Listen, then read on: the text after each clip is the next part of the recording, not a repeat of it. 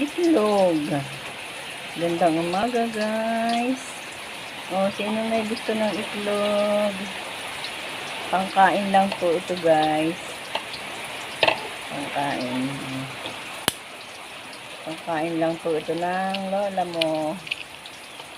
Ano to ito? Galing po ito doon sa pinasisimilyahan ng mga anak ko. Wala raw po itong similya. Yan. Ganun pala yun. Ang galing nila. Marunong na silang mag-ano. Pagka po ilang araw, mga 2-3 araw. Ay, 3-4 sigurong araw. Alam na po nila yung magkakaroon ng sisiw. Sinisilip po lang nila sa liwanag. Kung may similya o wala. Alam niyo po yung similya, guys. Yung pag sinilip mo dun sa liwanag, kita nilang may dugo na.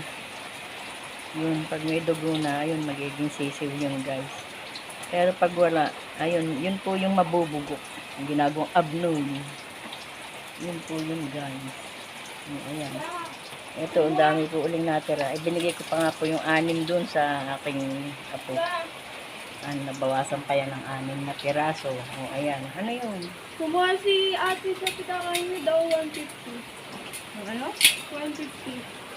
Anong 150? Kumuha siya. Anong kumuha? Binigyan ko ah. Sabi niya. Oo. Sabi niya kasi.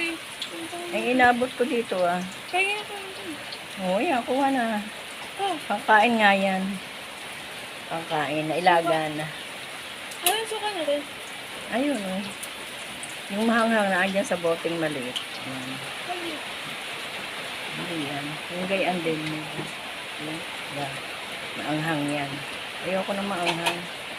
Gusto ko ano lang. Masarap to. Kaya nga Galing, kung ano. guys.